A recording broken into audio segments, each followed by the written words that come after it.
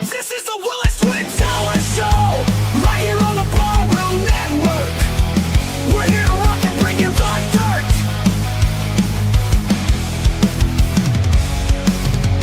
Tim and Jeff debating on the screen with the Podfather, although behind the scenes they say the Irish bring luck. All we know is the Packers suck. It's Friday night. Are you ready for the show? Talking about the Bears, Irish music. This thing's about to blow. You've been waiting for this night all week. It's time for the Twins to speak. So sit down in that chair. Let's give it up for the Bears. It feels like game day, doesn't it? Teams are all green, all hail the Windy City. The Twins aren't playing, it's time to go Super Saiyan. It's Friday night. Are you ready for the show? Talking about the Bears, Irish music. This thing's about to blow.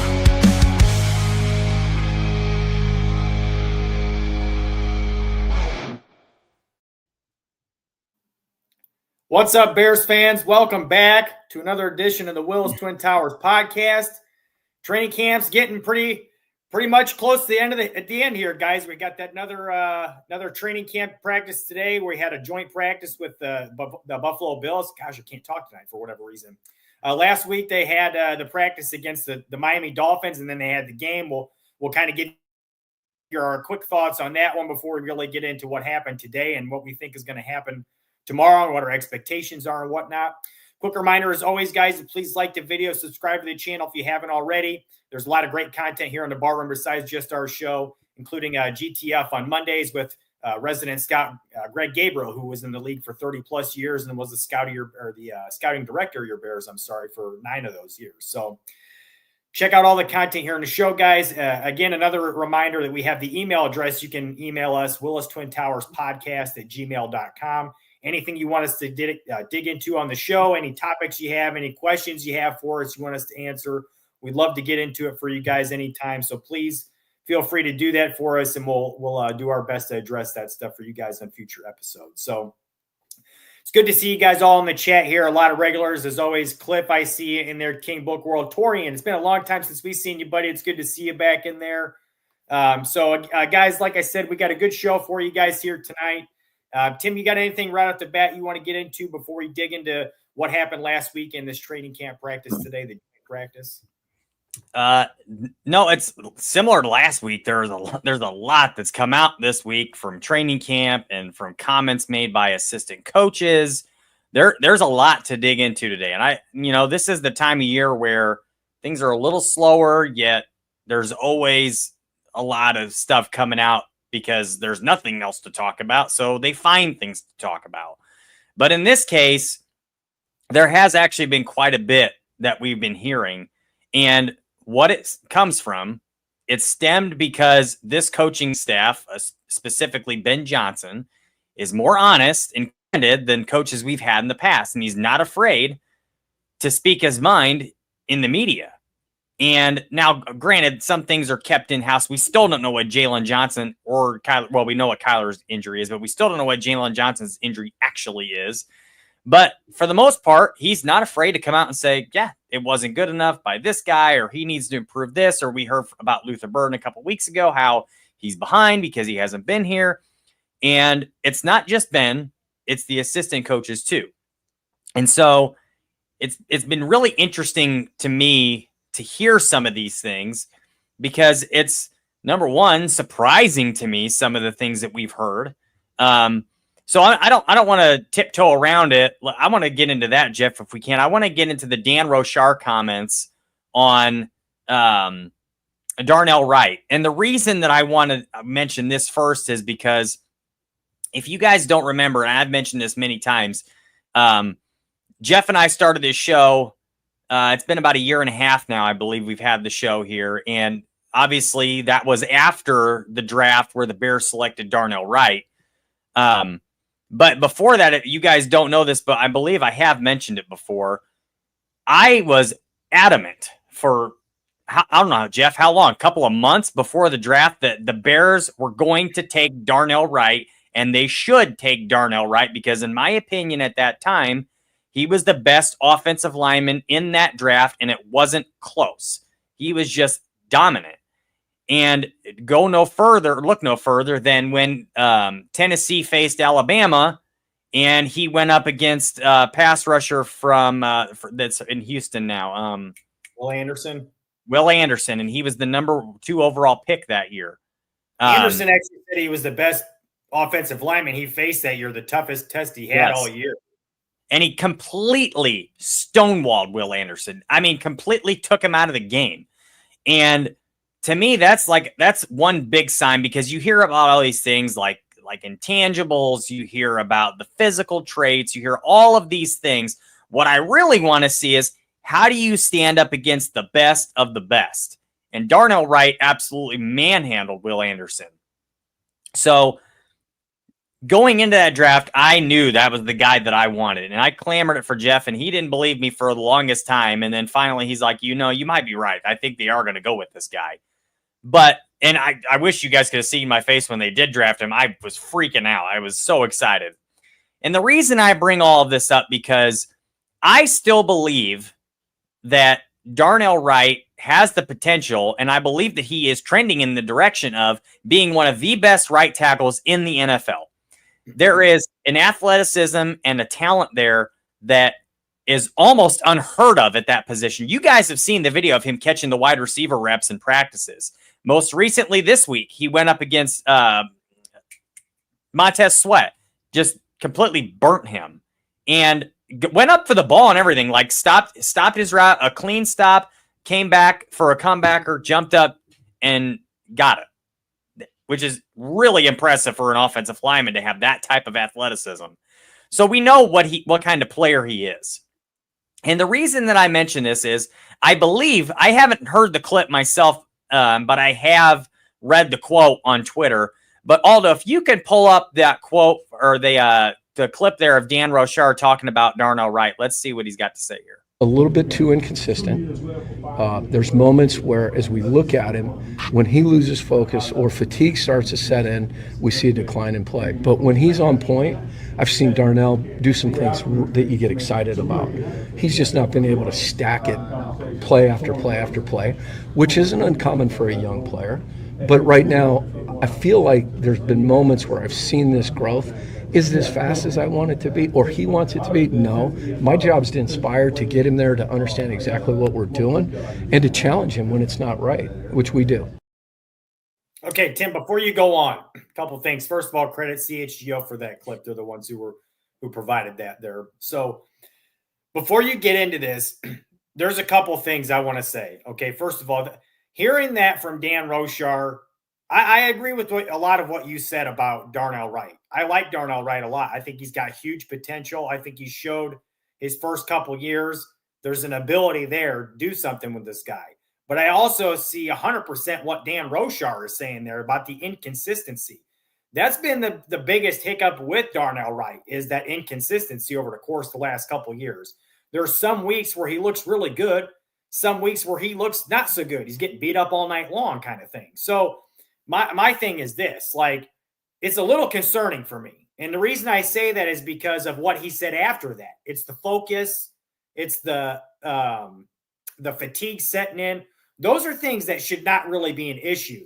And I think it was on Waddle and Sylvie I was listening to, or it had to be because it was Waddle I heard saying it. I was listening to Waddle and Sylvie today, and I think it was on a show they did yesterday. He was talking about how there's two things that you can control as a professional athlete: your focus and your conditioning. And hearing somebody like Darnell Wright, who's been in the league for 2 years now, and remind you, this was a guy in the pre-draft process who supposedly did the wide receiver drills that the Bears were asking him to do before their pre-workout visit they had on the private workout they did with them. And he was in great shape and all that. And he was like passed everything with flying colors as far as a football character standpoint. To hear Dan Rochard come in and say, well, this guy doesn't always have great focus and fatigue has a tendency to set in for this guy at times.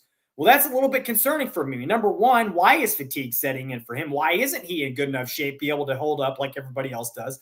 you never hear anybody have to say, well, when Joe Tooney's fatigue sets in, you got to kind of worry about like his level of play a little bit there. It kind of drops off. No, you don't worry about that with a guy like Joe Tooney. And I think it was on Waddle and Sylvie was the same place they were talking about that. So I think it was with them. I can't remember for sure, but it's another great point. Like, you know, you got to consider these things. Now, part of it's coaching. That also makes me consider, like, you know, they had Chris Morgan as the offensive line coach last year. Clearly there was an accountability issue because that should not be an issue with a young player like this going into year 3. I don't think.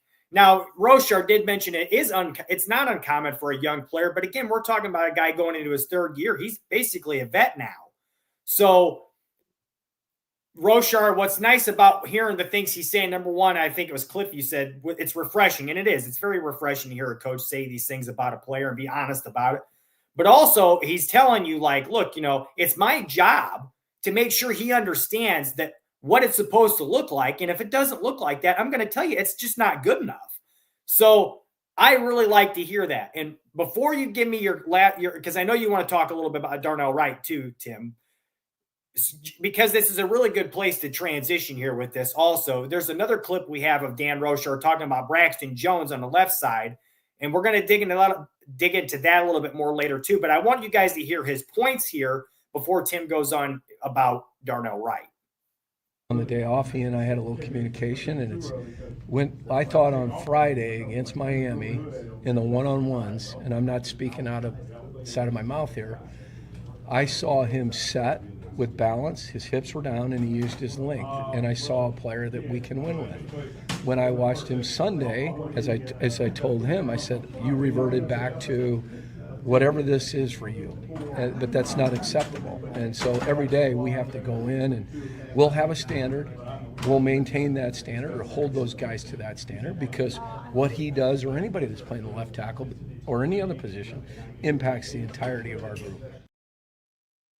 All right, so I'm going to let you have your moment here, Tim, but just a quick, like I said, refreshing. He's so honest. He's telling the player, like, look, dude, whatever you were doing here was back to what you were doing before, which wasn't good enough for what we want to do here. So I love hearing that. I think it's great. I think the fact that he's so open and honest about this shows you that, like, they're telling us right up front, like, they know what to look for. They know what they need these guys to be doing, and they're not doing it. We got to get them there. So go ahead, Tim, with your point about Darnell. I just, like I said, I really think it was interesting and important for you guys to see those clips about Dan Rochar talking about these guys. And again, the credit goes to CHGO for those. Okay, so I agree with most of the points that you made there, specifically about how obviously he's got this standard, and it is an issue if Darnell Wright is not in shape, or he is getting fatigued on plays, or if he's not consistently showing that dog that he has. My question is, number one, why did he lose that dog that he had at Tennessee and that he had his rookie season in Chicago? You could see it on tape. The kid just was a mauler. He wanted to go after people. And my question is, where did that go? I mean, I think we know the answer to that. Obviously, Matt Eberflus coach team, everybody lost their dog. The other part of this to me is, I think this is just my speculation, but this coaching staff has made it a point to call guys out on occasion. And my belief behind this is it's not to criticize so much it is to say, what can I get out of this guy? How is he going to respond to this? And I believe that they do that to specific players, knowing that it will trigger something in them. Yeah, they're trying to light a fire under their ass. Trying to light a fire. For instance, Luther Burden a couple weeks ago, Ben Johnson calls him out. What happens that week? Lights it up in camp. Excuse me. Who is the other player they just mentioned recently? Same thing happened again. I can't remember the player, but there was someone recently, same exact story, also blew it up right afterwards. So, another example. I'll give you another one. Who was the first person that we heard about that Ben Johnson got onto in OTAs? Cole Kmet. And who is the first person that he mentioned that he trusts in the passing game? Cole Kmet. I mean, it's quite obviously There's a reason behind all of this. And it's a cyclical thing. Like, it's not, they're doing this intentionally. They're getting under certain guys, lighting that fire because they know how these guys are going to respond. And what's the first thing that Ben Johnson said about Darnell Wright when he took the job in Chicago? He reminds him of who? Penei Sewell. You don't make that claim if you don't see something there. And to me, I believe, this is my personal opinion, the Bears look at Darnell Wright similar to me. They believe that he is clearly the best offensive line talent that they have on this roster. And with that being said, they believe that there is something that they can get out of this kid to show that he is an absolute dominant, top, all-pro, Pro Bowl type of right tackle in this league. And they want to see that come out of him. And I believe that that's the biggest reason why you're hearing these comments from Dan Rochar, because they want to light a fire and see what they can get out of Darnell Wright, because they believe that this kid has all of the traits, all of the tools, all of the talent, all of the ability, all of the mental fortitude, everything. He has everything in him to be that dominant player. And that is why I firmly believe that they are going about things the way that they are. And I do believe that he is by far the most talented offensive lineman on this roster right now. By far, at this moment in time. Joe Thuney is probably the best offensive lineman on this team, track record-wise. But does he have the same talent and the same youth and all of those things that Darnell Wright has? No, he does not. So it's wait and see. We'll see what happens this week. But I would not be surprised one bit if we're back on this show next week and we hear about how Darnell Wright had this fantastic week at practice, did all of these great things, and yada, yada, yada. Would not surprise me one bit, because that has been the track record thus far. That has been what we've seen. It's been, like I said, it's been cyclical. We've seen it again and again and again now. This would be the fourth or fifth time we've heard this now about how a player got called out in the media to a reporter and then had a fantastic week at practice. So I think that's the direction this is going. That's why I truly believe that happened. And just to comment a little bit on the Braxton Jones thing.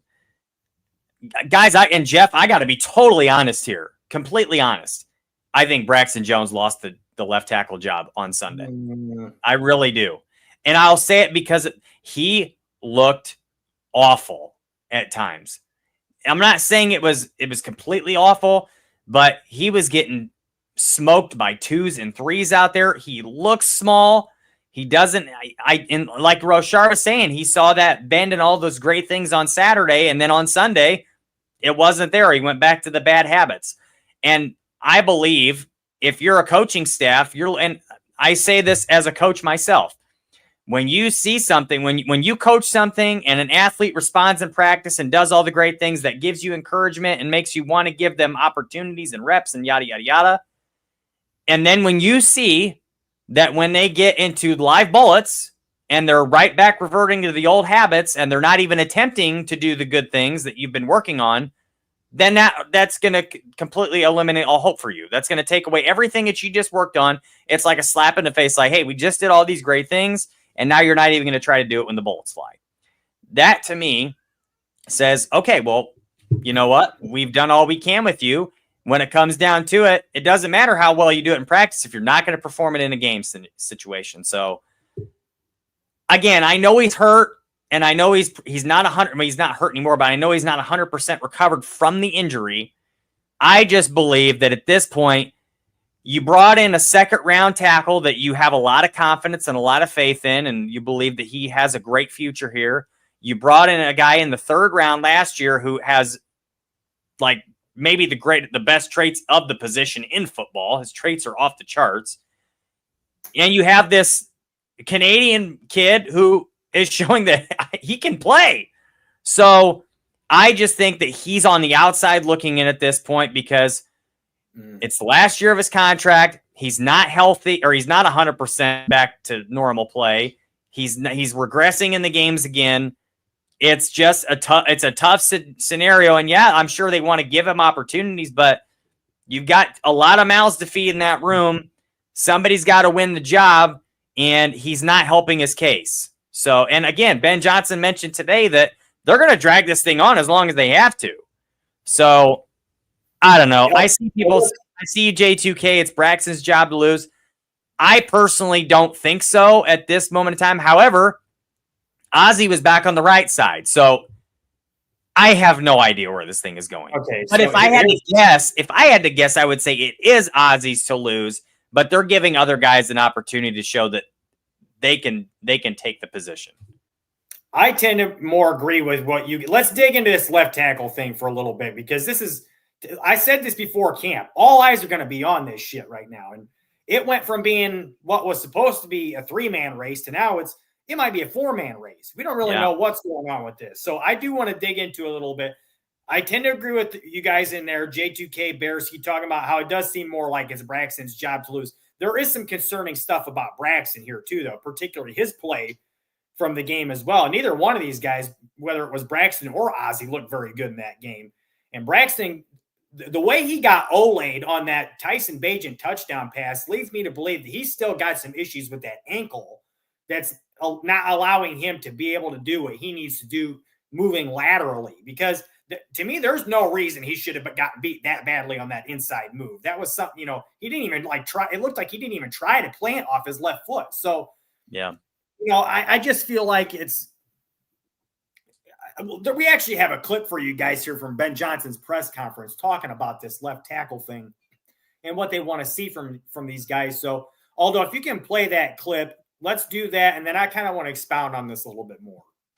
Hopefully some clarity. That's what we're looking for. This thing's gone on now 3.5 weeks. And, I said, and I'll say it again, we'll go as long as we need to go to find the right guy. But we'd like to see someone go ahead and make it clear to us that he is that guy. And we just haven't seen that yet as a staff. There's been too much up and down. And so, today's practice will be a huge thing, and so will Sunday's game in terms of getting some clarity there on that. We'd love to go ahead and solidify that spot and move forward from there. And it might be one of those things where when we make that decision, it's not final for the season. It could be we have to reassess after a couple of weeks of the season, or by the bye week, we might have to reassess. So it might be something that goes on.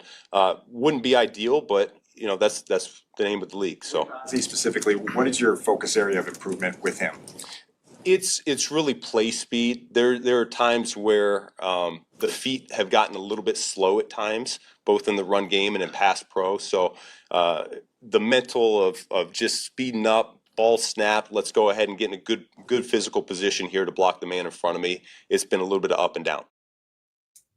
Okay, so a couple things here. I do want to get into that Ozzie thing in a minute here too, because as you guys have seen, they've been playing Ozzie on the right side. He has not been practicing on the left side. He's been practicing with the twos on the right side. So hearing him talk about how he's more comfortable clearly on that right side leads me to believe that, I'm going to disagree with you, Tim. I don't really see him really as much in that competition, unless he takes the bull by the horns here. But again, they haven't been practicing him in the ones at left tackle, the last couple of days. So whether he gets first team reps against the Bills in the game, I will be curious to see that. Now, going back to Braxton, okay, a couple of you guys talking about here. Aldo mentioned when he was at practice this week that it looked to him like Braxton's left leg is, in fact, smaller right now than his right leg is, due to the fact he's been rehabbing it all this time. Noticeably smaller. Noticeably smaller, and that does happen for people sometimes. So that, again, I just said it. It didn't even look like to me he could put weight on that foot, like he couldn't plant off it in order to change direction to make a move on that pass rusher, or to mirror that pass rusher. So it was a really ugly rep, and luckily Tyson got that ball off pretty quickly to score that touchdown. But again, you can't go into week one with a guy who can't plant like that. You know what I mean? So that's a concern. Now, I do think, like I said to you guys before, he's at this point, it's probably his job to lose. He does have to build some strength there, because he can't play like that. He's going to have to correct that by week one. Just like Dan Rochar said, you kind of reverted to some of that stuff we saw before, and it can't be like that. So, Dobbsy, I agree. He looks stiff. A part of it's probably the rehab and trying to get back into the thick of things. And he even said, it was kind of concerning me the way he said this in his press conference after the game. I was just happy to be back out there. Well, buddy, we need you to be more happy to be back out there. We need you to be ready to play high-level football for this football team. So And if you're not ready to do that, somebody needs to come take that goddamn bull by the horns. Pardon my French. I shouldn't say it like that. But, that's the thing is I think this coaching staff, like you said, Tim, I think they're trying to light a fire under these guys' asses. Like, who's going to come and take this job? Now, you guys are asking in the chat, is Theo Benedette, is he a real is this a legitimate opportunity for him to take this job? Is he really in this competition? I think it's possible. I think it's a couple of things. I think it's mostly, like I said, to get these other guys to play better. I think is really what is a nip in their bud. Like, hey, man, you guys need to take this job so we can have something go into week 1 here. I mean, it's taken way too long to figure this thing out. The other thing is, he probably has earned this opportunity to an extent the way he's played. Now, Tim, you mentioned he's looked pretty good. He has looked pretty good, but there were also some plays that I've heard about both in practice and in the past couple of days, and also from today in the joint practice with the Bills, that he had some reps where he didn't look so hot. So, in particular, I think he got beat up by Greg Russo in one today. So, I do think that it gives him an opportunity. But I also think it's more or less like, because you do want to see if the guy can do it, because if he can, well, shit, that's a good problem to have. But I think it's more, like I said before, like getting these other guys to play better. Like, hey, man, if you guys can't do it and we find out this guy can, he's going to take the job from you. And it's not going to be any of your job. So, like I said, I really think it's more or less to get these guys to play better that have been practicing there. Karan, he's obviously hurt right now, if you guys weren't aware, so he hasn't been able to practice. But really, Braxton, if he's not healthy enough to be able to play the way he needs to in week 1, or Ozzie doesn't flat out take the job, which again, he's been practicing on the right side the last couple of days, we do have a bit of a problem here. We really do. And I'm sure Ben's going to really utilize that 12 tight end personnel. It really helps that Joe Thuney is an all-pro left guard who can help on that side as well. But still, it's a little bit of a concern. And this is the kind of stuff that, like you were talking about, J2K, before the season, why you wanted a guy like Josh Simmons so bad. We don't have this position solidified at this moment still. We don't know who the left tackle is going to be. That is a concern. We have 3 weeks till the season starts, 2 weeks till the season starts. So, it is a bit of a concern for me. It's like I said, it is helpful having 2 tight ends you can put on the field. It's helpful having Joe Thuney over there. King, I'm sure they are kind of like getting a feel from Thuney who he thinks can do the job over there. But with players, the thing is like, are they really going to give you like, hey, man, I think we should probably go with this guy over this guy? They're probably not trying to hurt anybody's feelings. But at the same time, like, I mean, can they really give you an objective analysis as well? It's hard to say. They're not exactly evaluators. So I'm sure they do want to know how he feels next to the other guys there. But, again, we'll have to wait and see how this plays out. I want to see who they're going to give reps to against the Bills in that game on Sunday night. I'm going to be having a very close eye on that. So is there anything else you want to add to this left tackle situation, Tim, before I kind of dig into Ozzie on the right side a little bit here? Yeah, I think Ben Johnson gave us a hint in that press conference what the plan is. I think that he just laid it out for us. To me, I see what you guys are saying about it being Braxton's job to lose. And to me, what it comes down to is the best case scenario here is that Ozzie Trapillo wins the job because he's a rookie on no contract. That means you can move, or I'm sorry, on a rookie contract. That means you could move Braxton Jones as long as Karan Amagaji is healthy, which maybe not even now. If Theo Benedict can play left tackle and he's getting the reps to do so right now, you could get away with having Karan hurt as well and still trade away Braxton Jones for something. But to me, it looks like at this point in time, it's let's get the guy out there with the experience just because Ozzie is uncomfortable on the left side right now. Let's work on getting him more reps and getting him more comfortable on the left side before we throw him out there to be the starter. And I think the reason that Ben Johnson said that in the press conference that, hey, we may start off one guy and after 5 or 6 games, we've got another guy out there. Now, granted, I did tell you guys that I believe it's Ozzie's job to lose. And the reason I said that is because I still think Ozzie he's got the better trajectory. He's going to have the better career. I think that it's in the team's best interest to give the rookie reps to try to get better, but you also have to protect your star quarterback.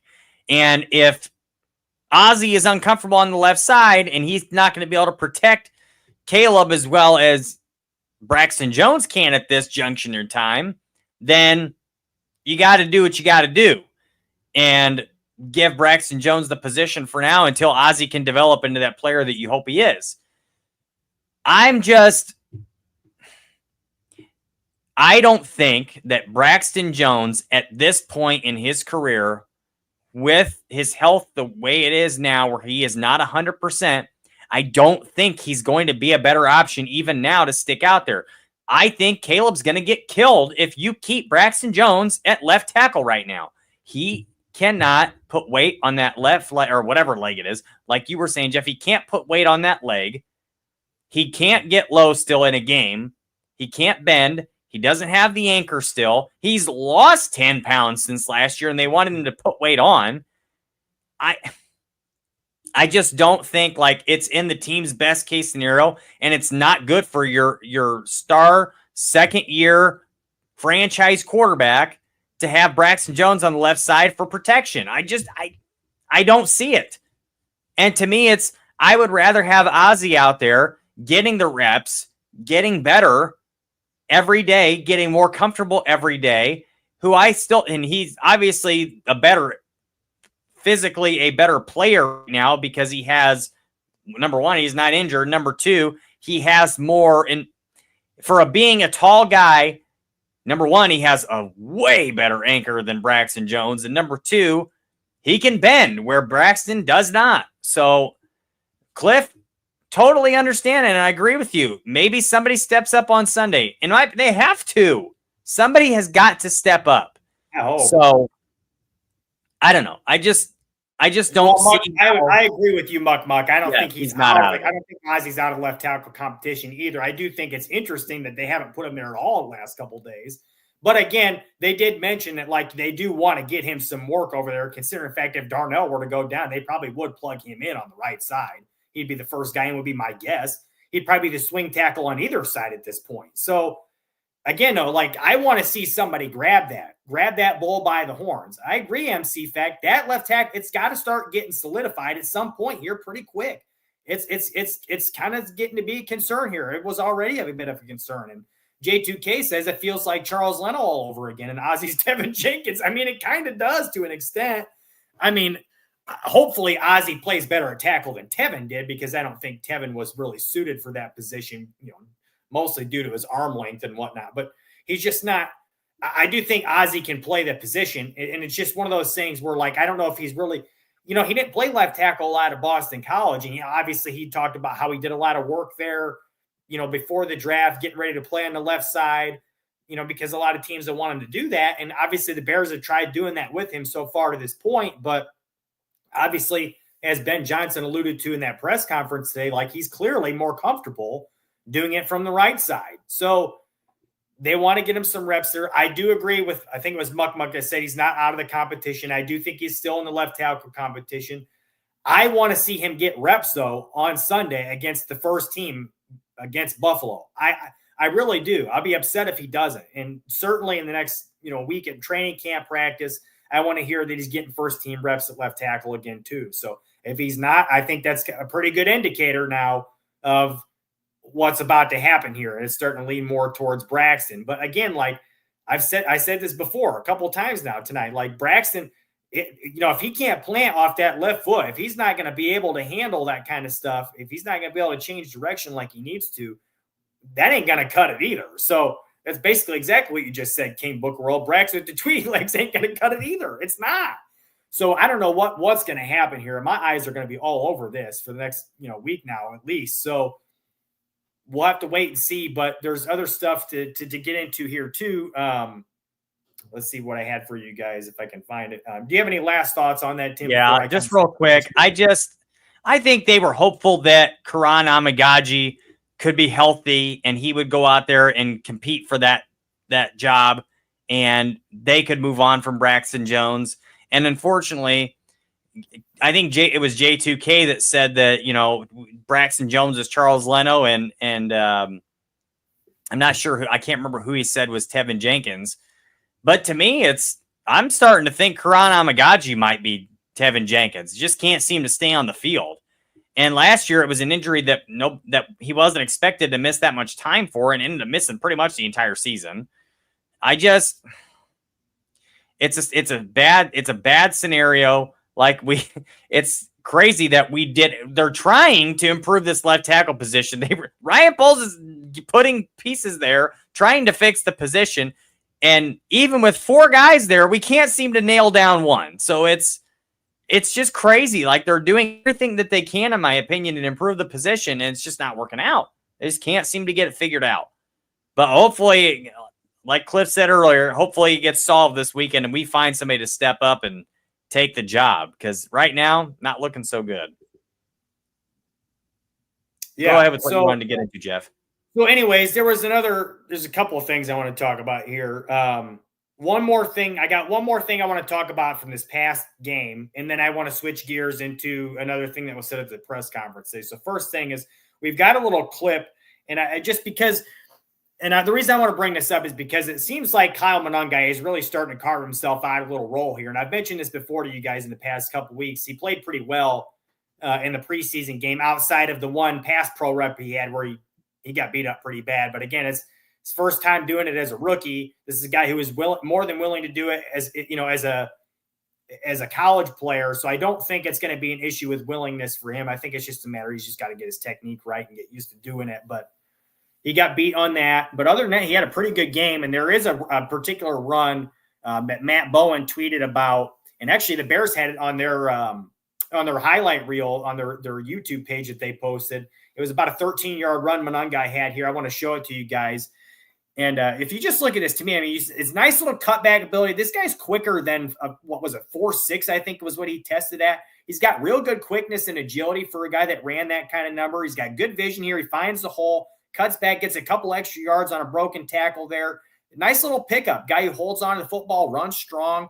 And what Bowen said here on his tweet was, rookie running back Kyle Monangai flashed on the tape against Miami. Lower body power, contact balance, pad level. And it looks really good here. I mean, look at this. The guy's got really good strength, like I said, and part of that's, part of his contact balance is he's talking about there. The fact he's so able to stay square and strong through contact. So, I mean, I think this guy's going to carve himself, like I said, a nice little niche, particularly on third down, because I think he's going to be a guy who can catch the ball reliably and be an option in pass pass protection. So, I don't think you're going to be more willing to put DeAndre Swift out there in blitz pickup than you would be like a Roshan Johnson or even rookie Kyle Monangai here. So that's just kind of my thought on that. I wanted to show you guys that clip just because I think this is a guy who, like I said, I really like what you're seeing from a guy who's a 7th round pick. And it's in a position that we wanted to be addressed more in the draft. We wanted somebody to get picked up earlier. A position that we wanted to get addressed earlier, I should say. So the fact they still got a guy in the 7th round who looks like he's going to be a contributor is both a testament to the scouting staff and also to the coaching staff for saying, hey, we can work with this guy. And it looks like, they have been able to do so far. J2K says he's one of the reasons he loves scouting. Never thought they'd draft him. They'd go earlier on a back, like I just said. But now that we did, he's so happy. And I agree with you. I think I wouldn't have expected either, because what do the Bears typically do with their late round picks? I mean, really all throughout the draft, they like guys with traits. And you see his testing numbers, and this is not a guy that's got traits, but it's a guy with production. This is a guy who's never fumbled the ball in college. This is a guy who clearly, like I said before, is good in pass protection. And King Book World, he kind of does remind me a little bit of a faster Jordan Howard. And you know what, though? I'm not sure that Jordan Howard was that kind of I'm not sure he really got after it in pass pro like that, like Monangai did in college. So I'll be interested to see how that translates. Like I said, the first rep he had in that game on Sunday or Saturday wasn't very good, but I'm looking forward to seeing this guy play ball. I think this running back room is better than we might have anticipated it to be, because I think a big part of it is both scheme and also the offensive line as a whole, regardless of what's going on with the left tackle position, is better. So anything you want to add to that, Tim, before, again, I switch gears here to that last thing? First of all, First of all, nobody get me started on Jordan Howard because there will be nobody more upset than I am. That trade is what single-handedly dropped the Bears downhill. That is the trade that ruined it for Matt Nagy. That is what took the Bears from being a playoff contender in 2018 to being bums for the next 3 years, more or less. I'm telling you, Jordan Howard did more for that offense than he would ever give him credit for because he wasn't there to run the I formation. Yeah, he was underrated. Jordan Howard was the entire freaking offense that year. I didn't think it made any sense to get rid of him there. And, it is what it is. Nagy was one of those guys who was always trying to show that he was the smartest guy in the room. So, and look how it turned out. So I don't want to look back and say, here we go, just kind of relive the shit that we have in the past. But yeah, I tend to agree with that. I didn't like that move. But anyways, I digress. I think it's in a better situation now, the running back room, than, like I said, than we may have thought it was. I mean, like I said, a lot of people still want him to add to the room, but I don't hate where it's at right now. I really don't, especially with both the coaching of Eric Bieniemy, who seems to be bringing out the best of these guys, and the fact these guys look like they're playing pretty well so far. So that's just kind of my thoughts on it. Last thing I want to add from that press conference today. There was a clip, and I see there's a guy in the chat in here that has been talking about Caleb for a while now. So there's a clip from the presser today of Ben Johnson talking about, I think it was Jason Leisure that asked the question. It was a really good question about Caleb's inaccuracy issues last year. And I've talked about this many times in the past couple of months or so, at least. I mean, probably even further back than that. Like it was kind of odd seeing how Caleb how he struggled so much with accuracies, particularly in the deep ball last year, when it was something he did so well in college. Accuracy was not an issue for him in college. His arm talent was exactly the reason he went number one overall, because he's just tremendous arm talent.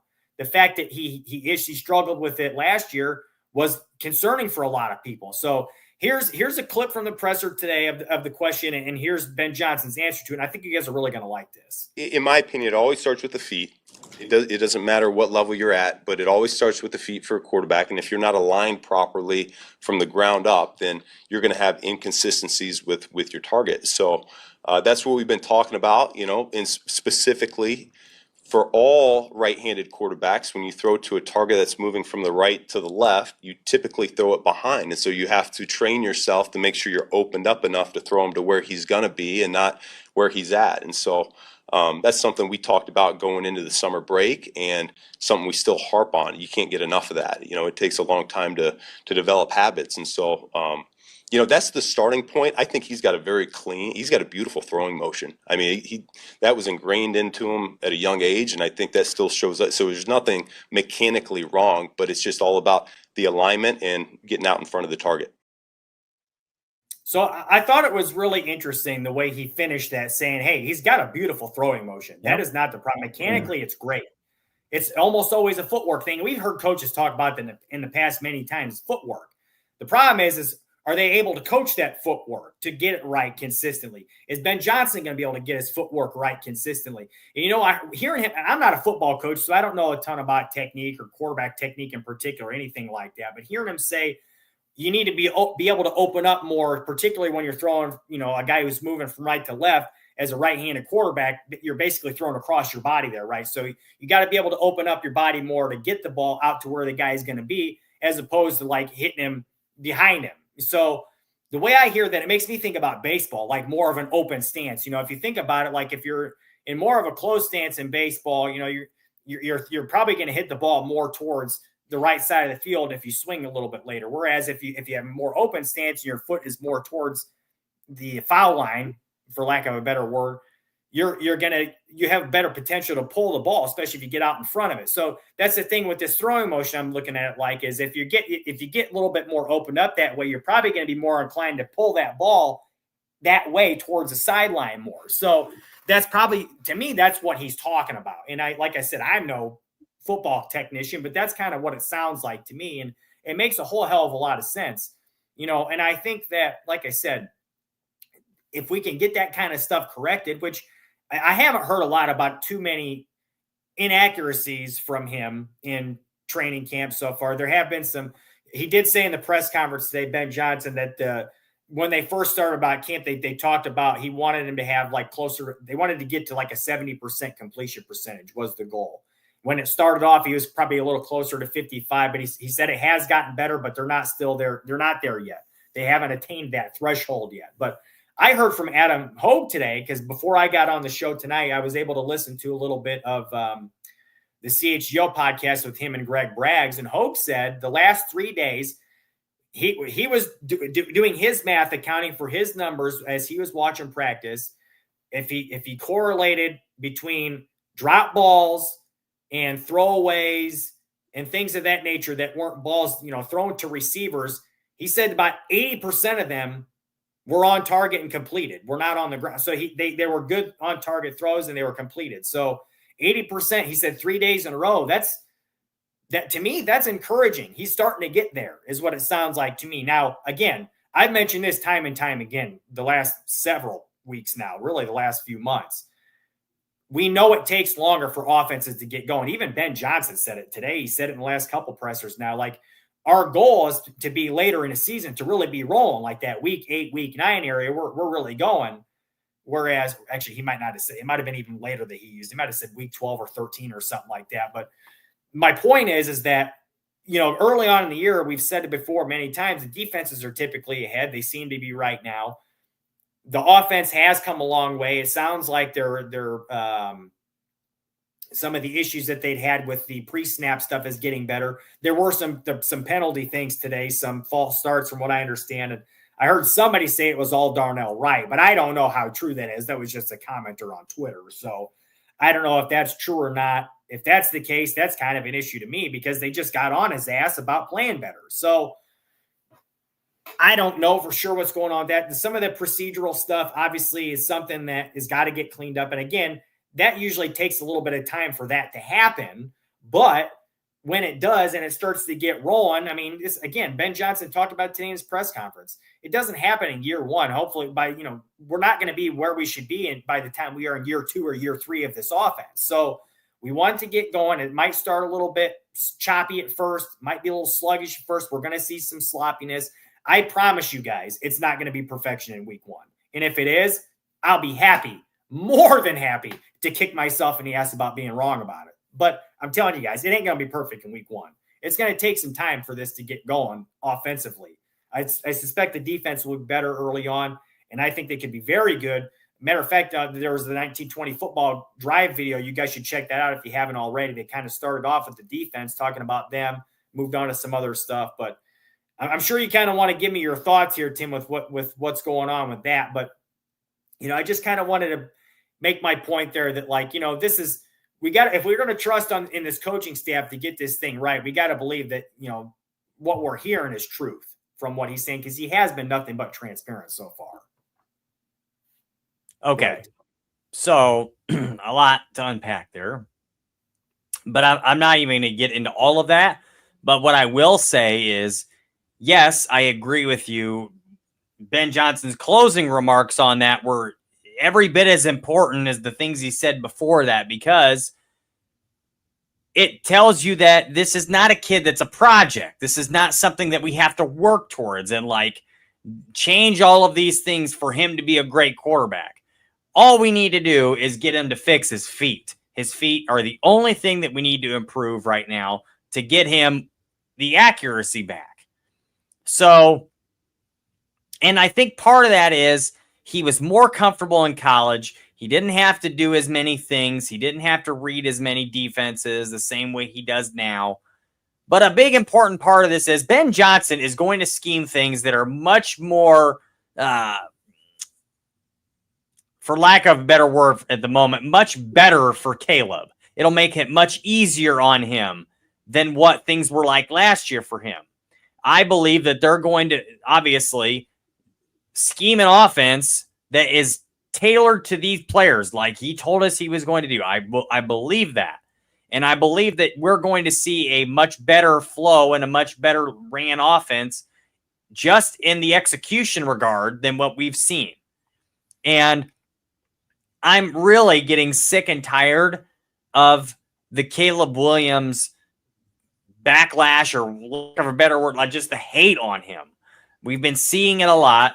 We've seen some of it in the chat today. Forget about that. I mean, that's not going to go away. So you can just let me get to why I'm saying that really quickly. And I won't take a lot of time on this, but Jeff and I both, we've said it over and over and over again. We were not Caleb Williams fans coming into this. We wanted them to keep Justin and trade the pick. We made that clear. That's what we wanted them to do at the time. And as he's been here, he has shown us that the talent off the charts. He's clearly a better talent than what we've had in the past. It's not close. And let's not forget, was he perfect on his deep ball accuracy last year? No, it was a struggle. Was he inaccurate many times last year on plays that he should have hit? Yes. But did we also see plays that we have never seen a quarterback for the Bears make before? Absolutely. And not only that, the guy threw 20 touchdowns with only 6 interceptions. He set a rookie record for consecutive passes without an interception. Why are we forgetting that these things happened? Are stats everything? No. But at the same time, the kid has shown you that he is capable. He just needs the right coaching to help him develop. And I'm saying all this because I think we have the coaching staff to do that. And it's all going to be wait and see. Let's see what happens here going into the season. If by week 8, we're not seeing market improvement and he's not improving and the team is not improving, we're not seeing the development, that's a red flag. We haven't even made it to the start of the regular season yet. We've not even seen him play in a game yet, not even a preseason game. We've seen no reps. All we know is what we've heard about what's happened at practice. And there was a comment in here earlier about, do we not even trust what we're hearing out of camp anymore? Nope, I don't think so. You know who you trust? You trust the people that you know personally that have been there, that have seen it with their own eyes. That's who you trust. I would trust Herb Howard. I would trust Courtney Cronin. I would trust Adam Hogue for the most part, what they see. I would trust Greg Braggs. I would trust those guys and those ladies that you're hearing comments out of training camp, because they're the ones that are going to tell you to you straight, that have an eye for the game, and they're not going to sugarcoat anything. Those are the ones that I would trust. If you're hearing things from others, if you're hearing something from guys on 670, guys on ESPN 1000, if you're hearing stuff from talk show, radio show, if you're hearing things from, let's face it, there's certain beat reporters that are going to feed you a bunch of nonsense, don't listen, because you're only going to get part of the story. You may not even be getting fact from the story. They're going to see things from a different lens than you will. And it's probably going to be a negative lens because they have to get the clicks. So, yeah, guys, if you want to know what things are like, either go see it in person in camp or listen to somebody like Aldo who has been there, or King Book of World. He said he was just there the other day. Pay attention to those people. That's all I'm saying. Listen to those things. I don't want to spend a ton of time on it because it's going to be a bunch of like I said, there's going to be naysayers. There's going to be people who have hope. I do think I personally have hope that it's going to be better. There's a commenter here that said something about Bears deserving better than they were last year. Yeah, of course we do. Of course we deserve better than they were last year. That doesn't mean they can't be with the quarterback they have. That doesn't mean he can't be better than he was last year. I think it's hard. It's tough to say that he had a terrible year last year. He didn't have a great year.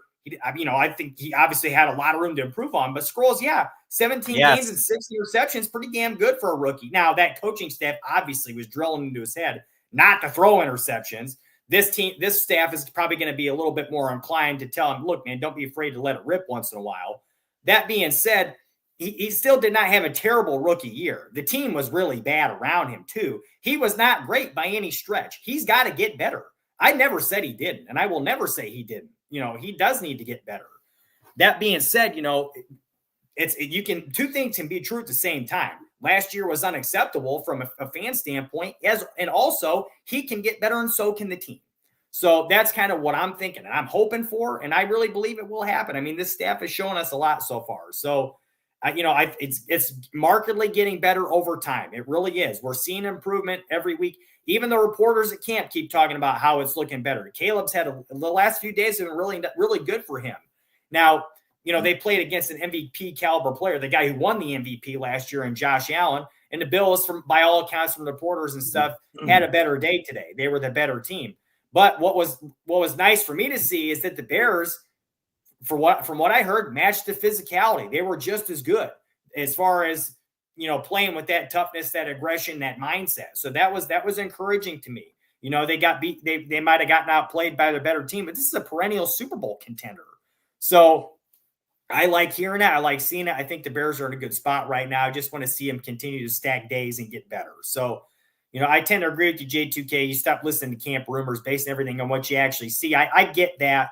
But I do also, I trust when the reporters say things, what they're seeing, that means, especially when it's consistent, when they're all saying the same things, they're all seeing the same things. I have a tendency to, I'm going to go with that prognosticator. I know it's probably not the right word, but I'm going to tend to hear what they're saying and believe that that's probably what's happening. But, gosh, there was another point here I wanted to mention real quick. We only have a few minutes left, guys. So if you have any questions, for us to answer here before we get out, let us know what they are. We did kind of address the Canadian Eagle thing before. You're talking about Theo Benedette getting the reps on the left side, Cliff. Like I said before, I think it's more or less them trying to, get the other guys to play better, but it is also rewarding this guy for playing well himself. And in hindsight, J2K wants to know if we would have traded back with the Rams for an extra first rounder next year. And Josh Simmons, he looks good so far.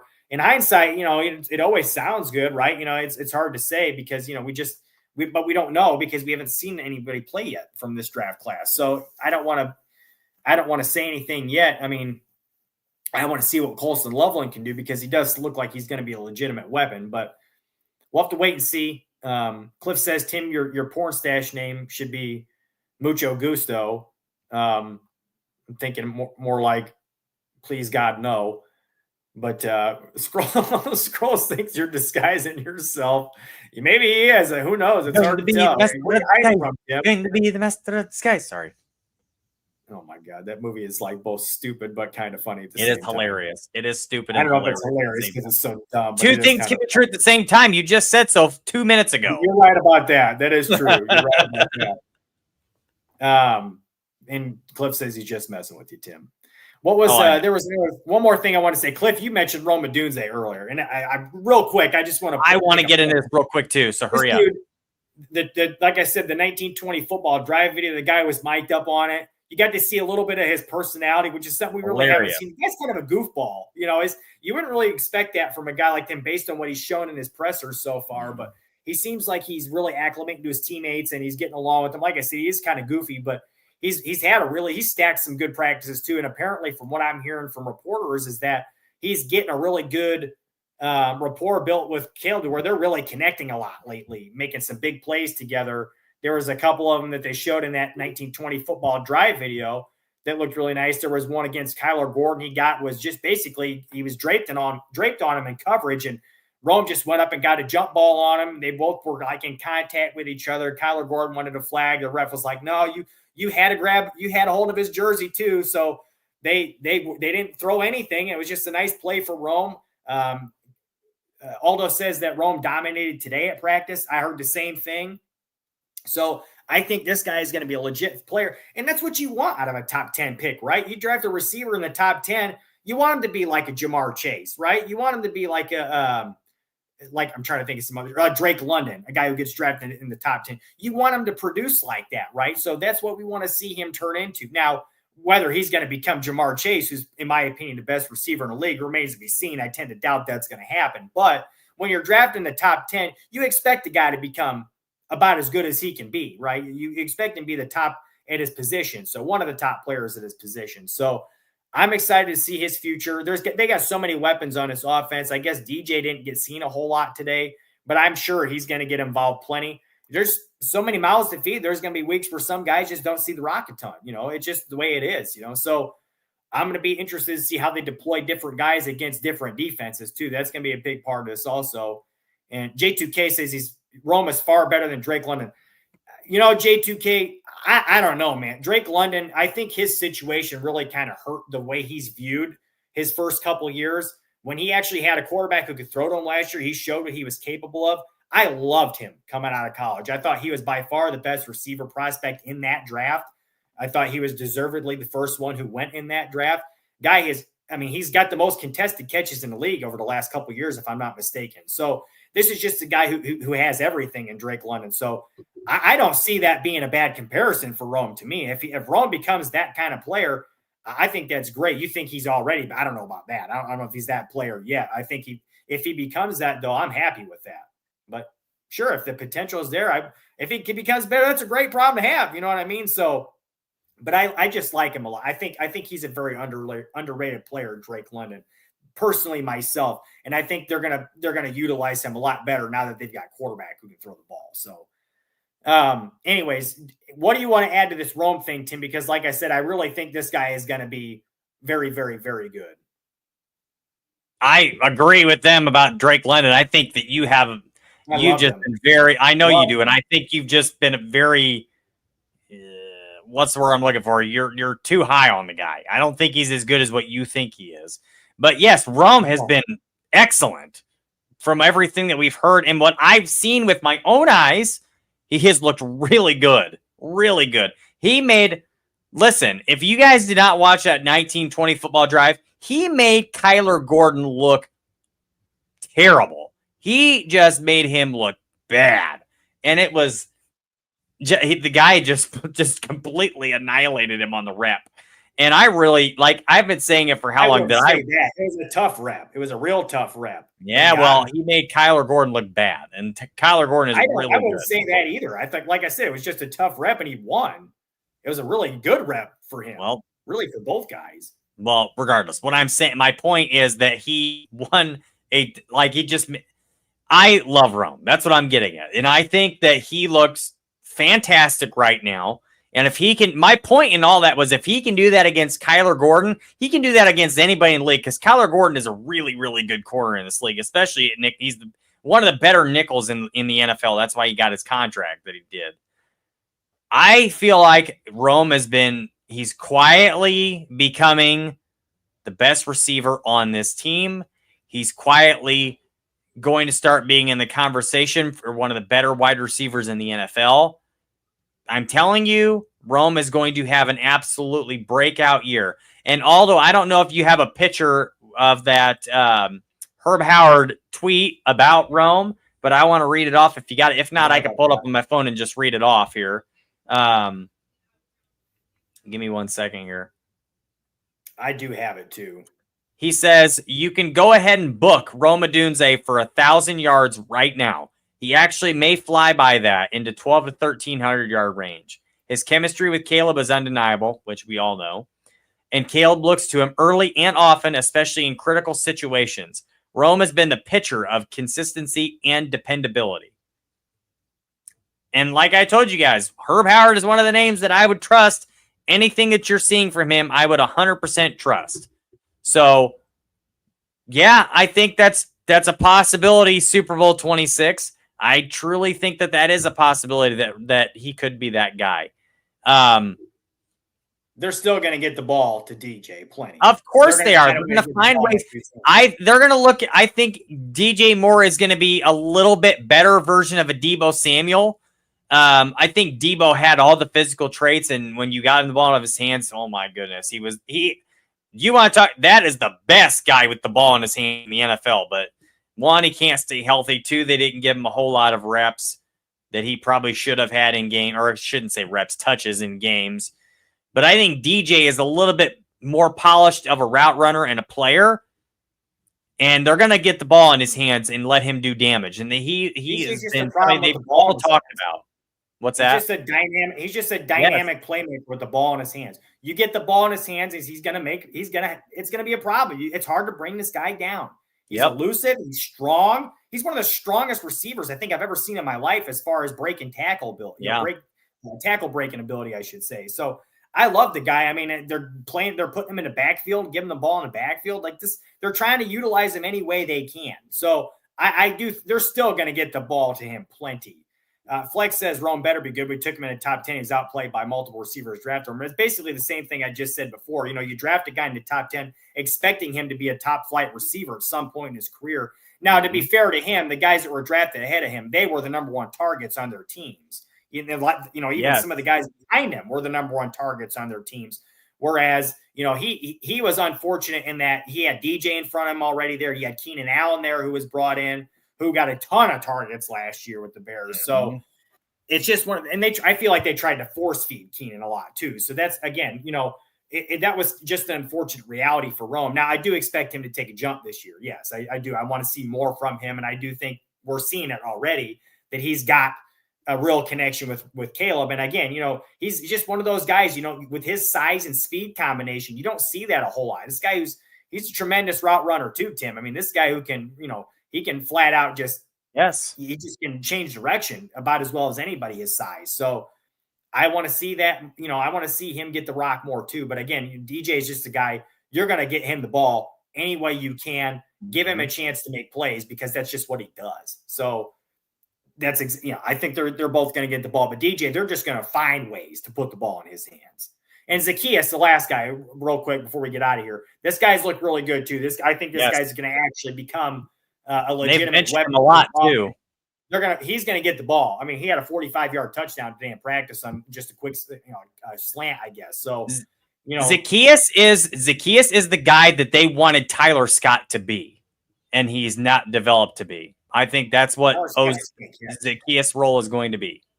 Tyler Scott is just the unfortunate receiver who does a lot of the things you want a receiver to do, except the thing that you need a receiver to do, which is catch the damn ball. He can't catch. So I would tend to doubt he's going to make the team at this point, but we'll have to wait and see. But in any case, we got to get out of here, guys. We're out of time. We had a great show tonight. We really appreciate you guys all being here as always. There was a lot of great questions you guys had, a lot of feedback in the chat you guys had that was awesome tonight, so we appreciate it as always. Quick reminder, please like the video, subscribe to the channel if you haven't already. Leave us a comment, shares, and like I said, you can find us on wherever you get your podcast, whether it be YouTube or whether it's Spotify or Apple. We're on all those. And also, guys, if we have the email address, you can find us at Willis Twin Towers Podcast at gmail.com. Send us any content you want us to get into, any questions you have for us, anything you want us to dig into. We even get into music stuff every once in a while, guys. I've got my Van Halen shirt on today. Aldo and I were talking about Eddie Van Halen the other day and how innovative he was. So if you guys want us to get into stuff like that, we love doing that as well if we have some time at the end of a show. So like I said, guys, feel free to send us that email, do all the things like it in the video and all that. And until next week, guys, we'll see you as Bear Down. Da Bears. New and mightier foes will arise, new adventures will begin, and Goku and his fellow warriors will be ready. Until then, we bid you farewell. The Willis Twin Towers podcast is a Barroom Network production. Jeff and Tim Willis are the co-hosts and co-producers. Aldo Gandia is executive producer. Music is licensed from Pond 5. Any copyrighted material used was done under the Fair Use Doctrine for commentary, criticism, and informative purposes.